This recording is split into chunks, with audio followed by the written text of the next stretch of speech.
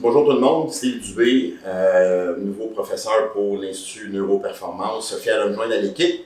Mon parcours, ce fut un parcours long et tumultueux, mais très agréable. Donc, commencé ma carrière en 1985 à l'âge de 15 ans. Oui, dur à croire, mais c'est ça. Et j'ai poursuivi jusqu'à aujourd'hui. Propriétaire du SSP Barbell Club, propriétaire du SSP Academy, qui sous peu changera de nom, comme j'ai mentionné Yannick. Ça va s'appeler très bientôt l'Institut biomécanique de Montréal, avec, pour une spécialisation en biomécanique. Bachelier à l'UQAM, l'Université du Québec à Montréal en 1999, spécialisé en kinésiologie. J'ai développé beaucoup au niveau des athlètes sur différentes plateformes internationales et locales pour différents sports, notamment la Ligue nationale de hockey, Major League Baseball. Aussi, j'ai travaillé en collaboration avec des joueurs des Cowboys de Dallas. Présentement, je me concentre beaucoup plus sur deux choses, qui est mon académie, bien entendu, et donner des formations un peu à l'international. En passant, très intéressant la plateforme que l'Institut Neuroperformance peut offrir à tous nous, les différents entraîneurs, pour améliorer la qualité de vie des clients, puis faire en sorte que vous, les entraîneurs, puissiez avoir le plus d'informations possible. Donc, aujourd'hui, nous allons parler de la mécanique des tissus musculaires, qui se veut un hybride entre un cours d'anatomie et un cours de biomécanique. Donc, nous allons joindre les deux, donc l'anatomie, la mécanique, et voir comment ça peut fonctionner. D'emblée, j'aimerais juste vous dire une chose, c'est que vous allez devoir vous mettre en mode, j'appelle ça en tri-mode. Donc, vous allez devoir penser au client corporatif, le client athlète. Donc, c'est le client athlète, on parle de soccer, même en Europe, je sais que vous appelez ça le football. Le football américain, le football européen, on va appeler ça comme ça. Le hockey, tous les sports en fait. Et le dernier mode qui est les sports de fitness. Donc, bodybuilding, femmes, physique, hommes physique, bikini, etc., etc. Donc, vous comprenez un petit peu le topo. Toujours vous mettre dans les trois modes, très important, parce que les trois modes nous apportent trois façons d'opérer qui sont très différentes. Donc, la première chose, c'est très important de savoir que vous avez trois types de muscles. Vous avez le muscle squelettique, lisse et cardiaque. Probablement que la majeure partie d'entre vous le savez. Mais j'aimerais porter une attention particulière sur une chose, le phénomène numéro 1, qu'on se demande tous, quel muscle dans les trois peut-on entraîner en salle d'entraînement ou à la maison ou encore dans une salle de sport spécifique, exemple un aréna, une piscine, un terrain de soccer, football, comme on dit. Donc, le squelettique, étant donné qu'ils permettent la mobilité, on peut les entraîner. Le système lisse, involontaire, estomac, intestin, foie, etc. Est-ce qu'on peut les entraîner? Là est la question. Cardiaque, bien entendu, on peut les entraîner. Donc, la question qui réside, c'est que le lisse peut être entraîné par différentes façons. Nutrition, c'est une façon, c'est pas nécessairement un entraînement au niveau nutritionnel. Nicolas est beaucoup plus ferré là-dedans que moi, mais on peut utiliser certaines façons d'entraînement pour optimiser la fonctionnalité de nos systèmes involontaires.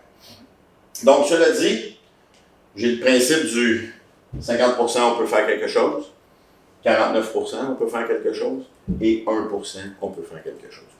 Donc, quand vous allez faire un programme d'entraînement pour vos clients, ne perdez jamais de vue que vous devez toujours utiliser et gardez en mémoire que ces trois systèmes-là, ces trois types de muscles-là vont être utilisés.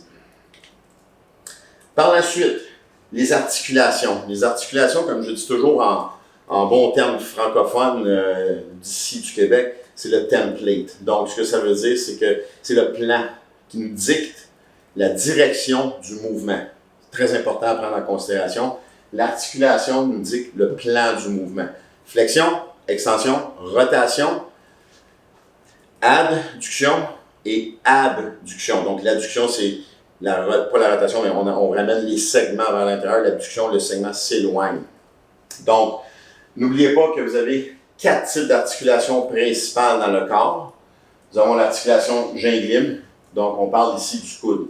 Si vous êtes capable d'en nommer une autre, vous pouvez le faire. Je vais vous donner une petite, pas une devinette, mais un indice sur la devinette. Elle est au sud du coude. Le genou. Le suspense a été court. Articulation plane, donc la colonne vertébrale, qui nous permet d'avoir une articulation entre les disques vertébraux. Par la suite, nous avons l'articulation sphéroïde, donc l'articulation de l'épaule ou de la hanche, et l'articulation ellipsoïde, donc l'articulation du pouce et certaines articulations au niveau des pieds.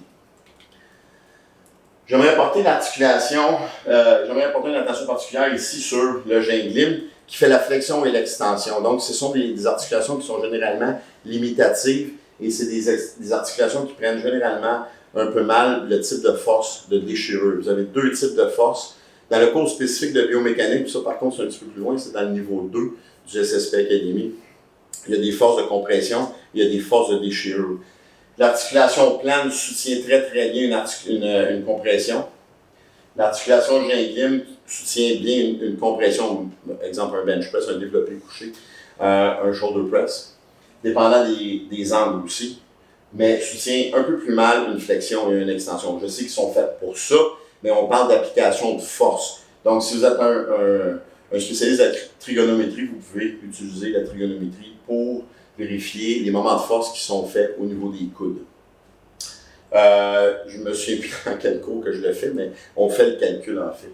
Et c'est un calcul super de base, très très très facile à utiliser et qui nous donne une idée du nombre de kilonewtons que l'articulation va recevoir lors d'une flexion et ou d'une extension. L'articulation sphéroïde, donc c'est l'articulation de l'épaule ou de la hanche. Ce sont des articulations qu'on appelle multidirectionnelles. Flexion, extension, rotation, donc pronation, supination.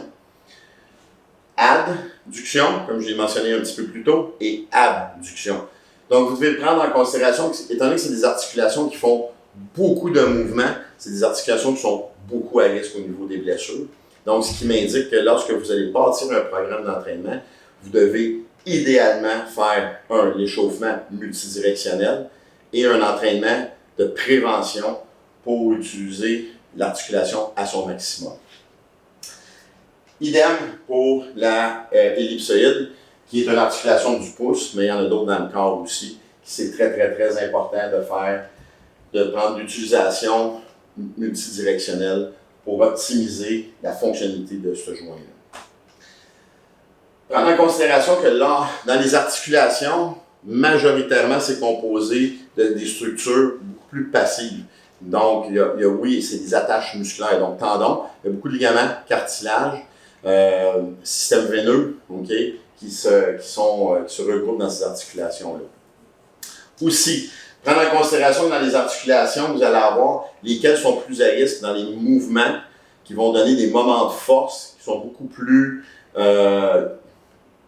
dangereux. J'aime pas le terme dangereux, mais je vais l'utiliser car probablement vous, les auditeurs, allez comprendre ce que je veux dire par le niveau de dangerosité au niveau de l'articulation. Donc, si je prends présentement des mouvements, comme vous savez tous, souvent le CrossFit, donc en bon français, l'entraînement fonctionnel, a souvent été très, très, très critiqué négativement. Par contre, étant donné que je suis là-dedans, je peux vous confirmer que si vous restez dans l'axe de l'articulation, les moments de force en compression sont optimales. Il n'y a pas vraiment de danger. Deuxièmement, l'articulation s'adapte au mouvement que vous allez faire. Qu'est-ce que je veux dire par là? C'est pas nécessairement l'articulation, mais c'est la fonctionnalité de l'articulation via le système nerveux. Je sais qu'à l'intérieur de l'Institut Neuroperformance, il y a beaucoup de gens qui sont très, très, très spécialisés au niveau de l'activation neurale. Je vous dis tout de suite, c'est pas ma force. Par contre, je sais qu'avec un système nerveux qui est très, très, très aiguisé, il va être possible d'améliorer les fonctions des articulations. Un petit peu plus tard aujourd'hui, vous allez voir et expérimenter et lire sur les systèmes de fascia. Je vous dis, c'est des systèmes de fascia de base. Je n'ai pas de test musculaire. Je sais que Nicolas a développé des tests musculaires pour les fascias très, très, très intéressants. Donc, ça va vraiment bien compléter ce que vous allez apprendre aujourd'hui. Moi, ce que je vais faire, c'est que je veux utiliser aujourd'hui, c'est plus vous donner à quoi sert un fascia et comprendre le système de fascia parce que c'est très, très, très complexe.